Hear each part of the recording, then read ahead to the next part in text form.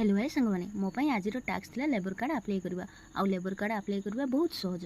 आपण मैंने देखिपे कि लेबर कार्ड फॉर्म आउ तांकर किसी डॉक्यूमेंट फोटो सिग्नेचर वेरीफाई सारी labour card form T fill up कर लगी पड़ी।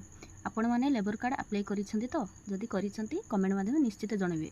आउ जो मैंने लेबर कार्ड अप्लाई करना आउ करने चाहूँगी तो कमेंट माध्यम जनातु मु लिंक टी शेयर करदेवी। केवल लेबर कार्ड अप्लाई करदेले हेबनी आज्ञा प्रत्येक वर्ष रिन्यूअल करने पड़ो। आपड़ जो लेबर कार्ड टी अप्लाई करेंगे तो ताको प्रत्येक वर्ष रिन्यूअल करने पड़ो। आपण मान सहित कथा होगा भितर मु labour card form T fill up सारी देती ता सहित डॉक्यूमेंट गुड़िक स्कान करनी। लेबर कार्ड अप्लाई करने पूर्व तांकर रजिस्टर करने पड़ो। जेहेतु सी प्रथम थर अप्लाई करुँच तो रजिस्टर प्रथम करने पड़ो। फास्ट मु रजिस्टर कर सारी अप्लाई लॉगिन कर देती। आपण मैंने जानते तो लेबर कार्ड अप्लाई करने हेले आपन को आधार कार्ड रे मोबाइल नंबर लिंक करने निहाती आवश्यक।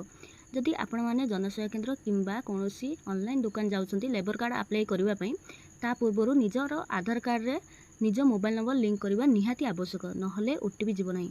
जो मैंने लेबर कार्ड करने चाहूँगी तो जनसेवा केन्द्र को जाई निजर लेबर कार्ड टी अप्लाई कराई नियंतु कहीं ए बहुत भल बेनिफिट रोचे आज्ञा। एजुकेशन डिपार्टमेंट रे रोची एवं मेडिकल रे रोची फाइनेंशियल डेथ केस रे रोची मध्य पेंशन बेनिफिट रोची अदर स्कीम मध्य रोची। यार डॉक्यूमेंट सब कौन कौन लगुच देखि नियंतु। आधार कार्ड लगे जहाँ अप्लाई हम तांकर आधार कार्ड एवं फोटो बैंक अकाउंट एवं नॉमिन जहाँ को रखिए तांकर आधार कार्ड लगे नॉमिन बैंक अकाउंट लगे एवं परिवार सदस्यों आधार कार्ड माने जहाँ को आपण मैंने ऐड करेंगे समस्त आधार कार्ड लगे। तो यही सब भितर मोर लेबर कार्ड अप्लाई सरी जाइथिला। वीडियोटी जदि आपण मानको भल लगी थाए ताहले बहुत मात्रा शेयर करंतु। रहिली जय जगन्नाथ।